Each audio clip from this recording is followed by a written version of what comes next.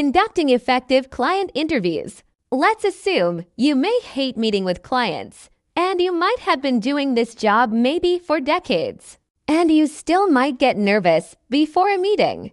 Nevertheless, you need to do it. It is tempting to communicate only by email, but that never works. Never. You need to sit in a room with someone physically, or if absolutely necessary with video conferencing, to hear what they are saying, how they say it, and what their body language is saying.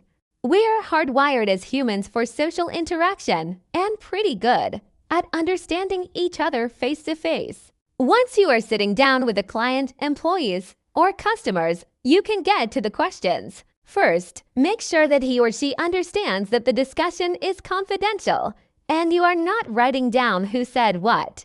Nobody wants to be dragged into the CEO's office because you leaked that ABC said. The marketing department is confused.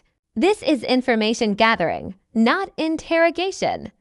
Please keep your questions open and neutral. Don't you hate your newsletter design is leading, and the person you're sitting with probably worked on it. What do you think about the newsletter is better? And a good response is, thank you, or I understand. Stay away from jumping on the bandwagon and saying, I know, it's so ugly. They might have been responsible for it originally. Start with what? For example, what are the company's primary values?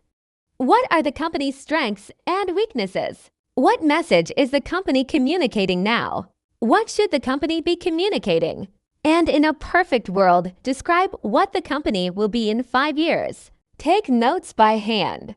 Using a digital recorder scares people, and they clam up. They don't need to be incredibly neat. You're the only one who needs to refer to them later. Then move into the who. Who are the company's primary audience and stakeholders? Who should the audience be? Who is the company's primary competition? Remember, it's your job to gather the information, not disagree or argue. This is the chance for the client to do all the talking. Now it's time for how. How does the company reach the current audience? How does the company define itself to the outside world?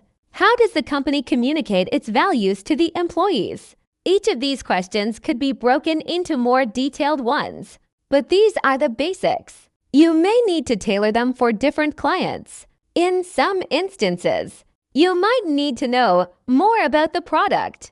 Will it remain the same? Does the audience like it? Or does it work with the company's values? Whether you're an introvert or love working with others, this is a time to put away the fear. Tell yourself you can stow it at the door and pick it up when you leave. It's your job to keep the conversation professional but light, comfortable, and friendly. So stay away from one bright light bulb, a hard table and chair in the basement. Have a nice lunch somewhere, and relax for your discussion.